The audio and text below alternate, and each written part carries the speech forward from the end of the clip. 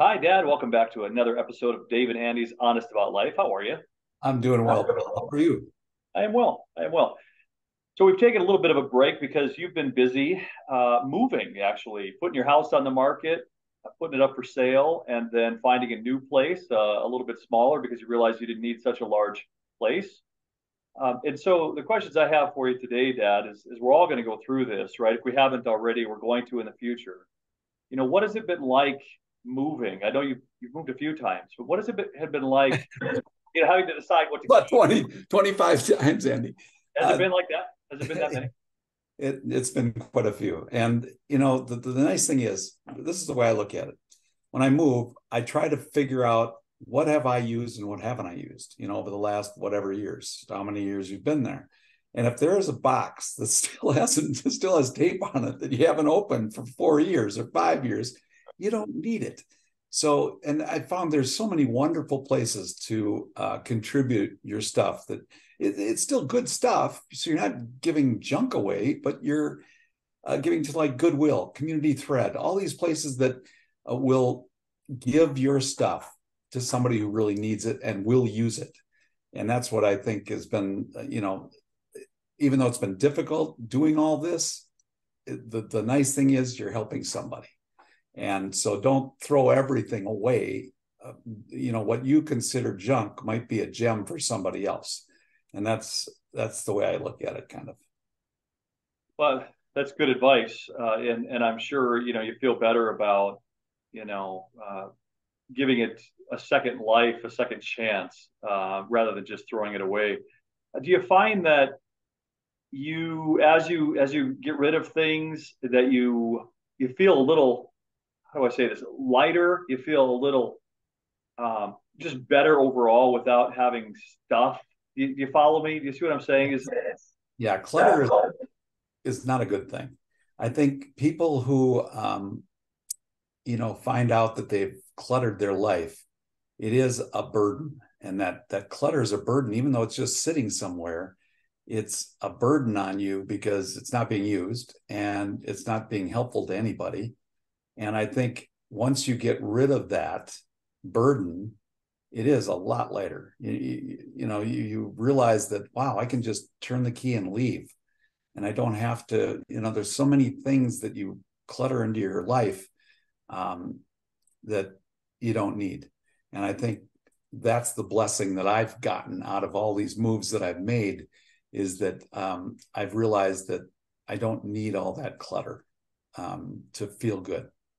Yeah, no, I believe that's true. We downsize as well, and it's something about having less stuff. You're absolutely spot on when you say that just not having as much stuff actually has an effect on you, has a positive.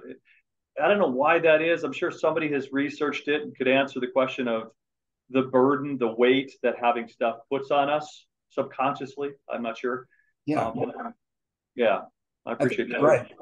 And I'm sure somebody has done a study on this because, we all do it. We all go through this. Whether or not you move once or you move 100 times, you're going through a change in your life that's traumatic. These changes are traumatic.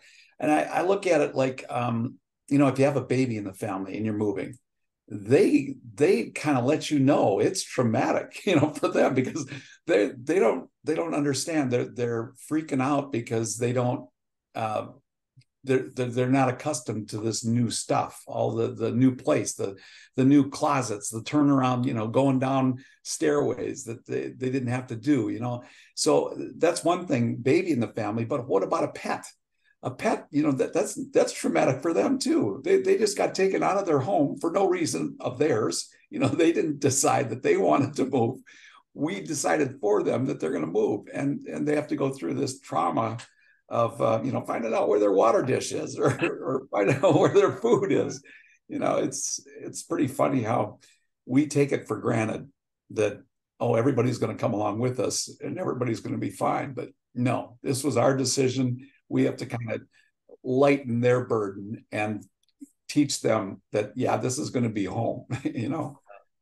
No, you said a lot of good things in terms of what we would be thinking about and what we're not thinking about when we're moving. And And we have a lot of animals. A dog, three cats, a snake, Skylar's python. We take care of, and you're right. The animals don't have a choice. But to your point about lightening the load, getting rid of things. Uh, you think about taking care of animals. I mean, that's a real commitment. It's not just about moving and making them comfortable in that move, and then whatever they end up. But it's about you're always worried about another animal, another life, and that is a burden all by itself. So I applaud anybody who's willing to take that on because it's a complicating factor, right? And you've, you've always, Andy, you've always been so good about the way you take care of your animals, and you take care of them like they're part of the family, and which they are.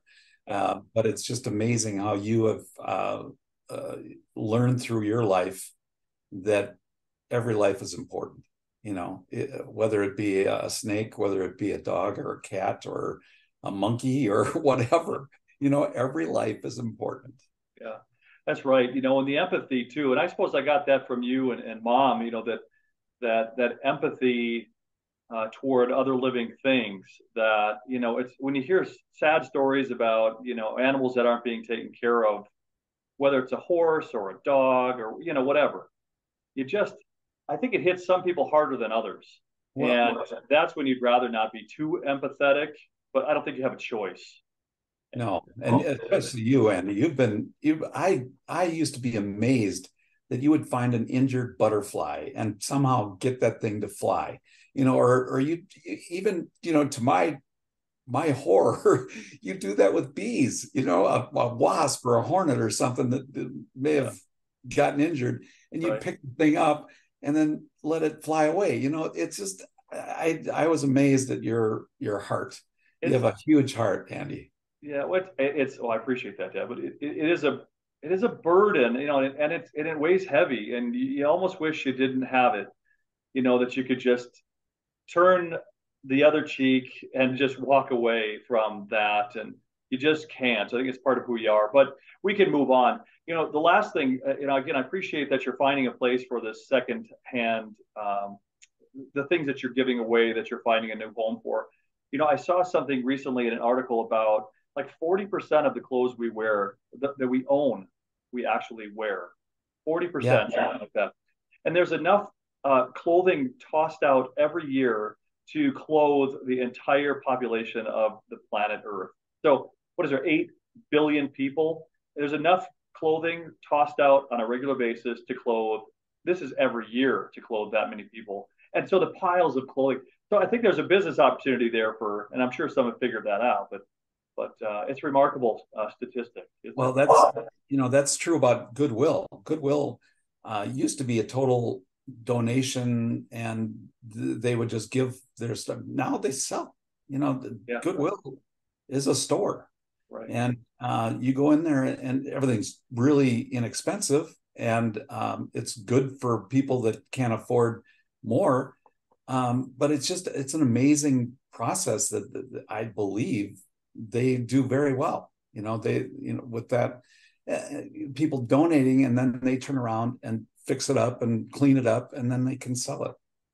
Yeah, I think that makes sense to me, at least. Yeah. So, well, thank you, Dad. This has been a wonderful session, and I obviously love to hear what you're up to, and know that the things that you're doing are in the right direction, and it will make your life a little bit easier. So, in retirement. So, yeah, thanks for sharing that with me, Dad. So until next time, I love you. I love you, pal. See you next time.